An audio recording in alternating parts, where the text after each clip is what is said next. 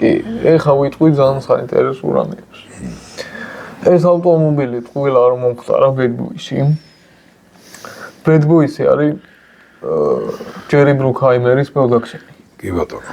თქვენ იცით, რომ ჯერი ბრუკჰაიმერი, ვინც ავტომოყვალ Bad Boys ცუდი ბიჭები ქვია, ქართულად ვილაპარაკ. მიჩვეული. თქვენ იცით, რომ ჯერი ბრუკჰაიმერის პროდუქცია აკეთებს ძალიან მაგარ ფილმებს. და თან ყოველთვის მაგარი მანქანებია. იცით თქვენ, რომ გატაცება 60 წამში რო არის ფილმი, პირველი ვიდეო მაღაზია გვიდეოს ელეონორი, იმის ისტორია იმ ვიდეოში არის ისიც ჯერი ბრუკჰაიმერის გაკეთება. ნუ გადაწყვიტეს, რომ ცუდი ბიჭები გადაიყოთ რა.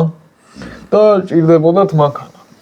განსხვავებული, რა თქმა უნდა, ახლა ჯერი ბრუკჰაიმერის ფილმში რო ჩვეულებრივი მანქანა ყოფილიყო ხო არ გამოვიდოდა. რა თქმა უნდა. და რეჟისორი მაიკლ ბეი ყველამ ხო იცით ეს მანქანა ჩვეულებრივი იყო, ოღონდ ყავდა მაიკლ ბეის. პირადი ავტომობილი არის მაიკლ ბეის. აიღეს, ანუ ჩვეულებრივი ტურბო ალბათ ისიც როგორიც არის.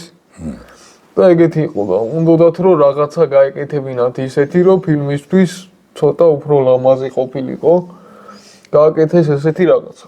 რომ ტურბო ეს დისკები აიღეს, ამას რაც უყენია, დისკები შეუცვალეს, ტურბო ეს სპოილერი დაუმატეს და ცხენის ძალები აწიეს 355-მდე და გამოვიდა აი ეს.